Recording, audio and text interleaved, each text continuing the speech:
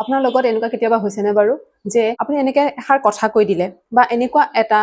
decision লৈ ল'লে বা এনেকুৱা এটা বিহেভিয়াৰ আপুনি প্ৰকাশ কৰিলে বা এনেকুৱা এটা কৰ্ম আপুনি কৰিলে যাৰ ফলত আপুনি পাছত আপুনি সেইখিনিক লৈ ৰিগ্ৰেট অনুভৱ কৰে বা এনেকুৱা আপোনালোকৰ লগত ঘটেনে কেতিয়াবা যে কিছুমান অপৰচুনিটিজ আপোনাৰ লাইফত আহিছে সেই সময়ত সেই অপৰচুনিটি ল'বৰ কাৰণে আপুনি ভয় অনুভৱ কৰিলে সেই ফিয়াৰ অফ ৰিজেকশ্যন এটাৰ অনুভৱ কৰিলে যাৰ ফলত আপোনাৰ লোৱা নহ'ল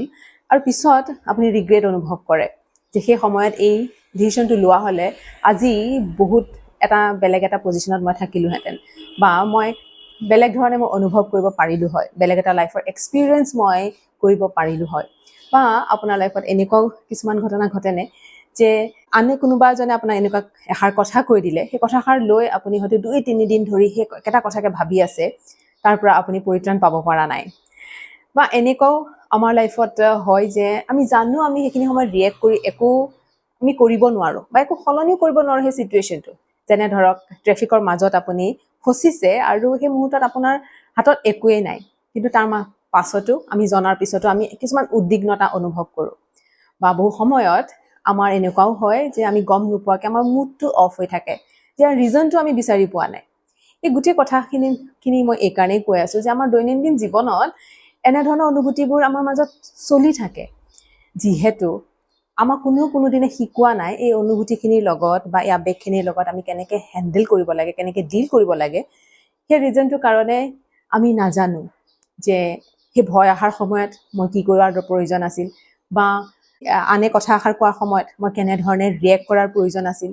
যে এই গোটেই কথাখিনি আমাৰ ইম'শ্যনেল ইণ্টেলিজেঞ্চৰ ভিতৰত পৰে আমি সদায় IQ বিষয়ে পাতি থাকোঁ আমাৰ স্কুল কলেজৰ প্ৰতিটো শিক্ষাই আমাক IQ লেভেলটো আপগ্ৰেড কৰিবৰ কাৰণে বা সেই IQ লেভেলটোৰ ওপৰত আমাৰ কাম কৰা হয় কিন্তু ইম'শ্যনেল ইণ্টেলিজেঞ্চৰ ওপৰত যিহেতু কোনো আমাক কেতিয়াও আজিলৈকে শিকোৱা নাই না আমাৰ স্কুল কলেজে না আমাৰ ঘৰখনে বা আমাৰ সমাজে কোনো যিহেতু কেতিয়াও আমাক শিকোৱা নাই সেইবাবে ইয়াৰ ওপৰত আমাৰ জ্ঞানটো একেবাৰে নাই কিন্তু ৰিচাৰ্চৰ পৰা এতিয়া এইটোৱেই প্ৰুফ হৈছে যে এটা ৰুমত আপুনি আপোনাৰ স্কিল বা আপোনাৰ সেই IQৰ জৰিয়তে আপুনি এণ্ট্ৰি কৰিব পাৰে কিন্তু সেই ৰুমটোত আপুনি কেনেধৰণে আপুনি থাকিব সেই ৰুমটোত আপুনি এজন শ্ৰোতা হৈ থাকিব নে আপুনি সেই ৰুমটোৰ বাকী ব্যক্তিসকলক আপুনি লিড কৰিব সকলোখিনি ডিপেণ্ড কৰে আপোনাৰ ইম'শ্যনেল ইণ্টেলিজেঞ্চৰ ওপৰত আৱেগ আৰু এই অনুভূতিৰ ওপৰত যিখিনি আমি আজিলৈকে জ্ঞান লৈছোঁ সেইখিনি আকৌ হৈছে নেগেটিভ যিহেতু আমি ইম'শ্যনৰ লগত এটা ৱৰ্ড ইউজ কৰোঁ সেইটো হৈছে ইম'শ্যনেল ফুল মানে ইম'শ্যনেল হোৱা মানে এটা নেগেটিভ কথা বুলি আমি ভাবোঁ আৰু মিনিংটো আমি নেগেটিভলি দিওঁ যে যিসকল ব্যক্তিয়ে কান্দি থাকে সহজে চকু পানী উলিয়াই তেওঁলোকক আমি উইক মানুহ বুলি কওঁ আৰু যিজনৰ ইম'শ্যন নাই সেইজন মানুহে তাৰমানে ষ্ট্ৰং মানুহ হ'ব পাৰে গতিকে এই গোটেই আমাৰ যিখিনি কনচেপ্ট আছে ইম'শ্যনক লৈ সেই কনচেপ্টখিনিৰ কাৰণে আমি যিমানে আজিলৈকে বেলেগ বেলেগ জ্ঞানখিনি লৈছোঁ ধৰক যে মেডিটেশ্যনৰ জ্ঞানেই হওক স্পিৰিচুৱেলিটিৰ জ্ঞানেই হওক বা আন হিলিঙৰ জ্ঞানেই হওক এই গোটেইখিনি নলেজ থকাৰ পিছতো সময়ত কিন্তু